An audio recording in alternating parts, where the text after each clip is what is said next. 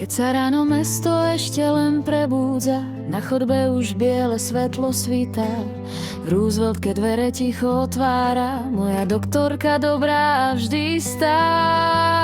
Roky počúvala moje dýchanie, keď sa plúca báli ďalšieho rána.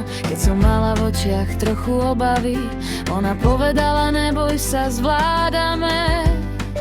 A sestrička s úsmevom a teplým hlasom vždy vie, kedy človek silu stráca. Jedna lieči slovom, druhá srdcom tichým a človek sa zrazu domov vracia.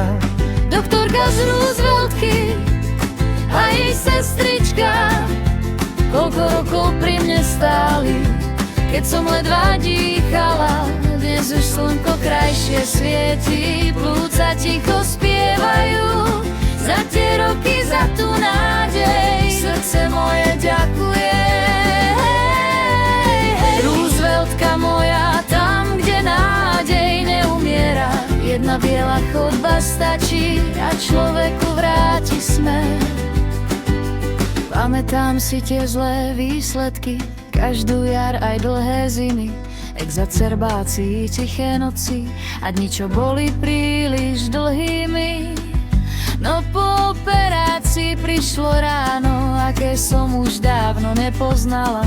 A vy ste sa so mnou úprimne tešili, ako by som bola vaša vlastná.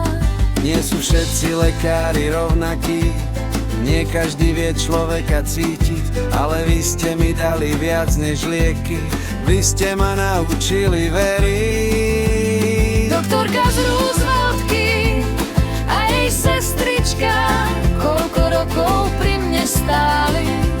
Keď som ledva dýchala, dnes už slnko krajšie svieti. Plúca ticho spievajú za tie roky, za tú nádej. Srdce moje ďakuje.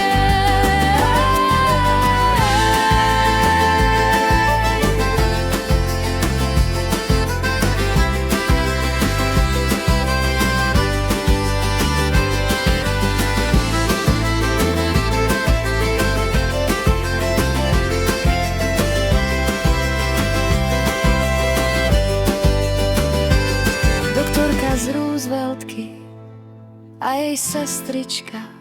Niekto lieči povolaním, vy aj celým srdcom žijete a ja budem navždy nosiť v sebe vaše svetlo dní, lebo človek nikdy nezabudne, kto mu pomohol zazdýchať sny.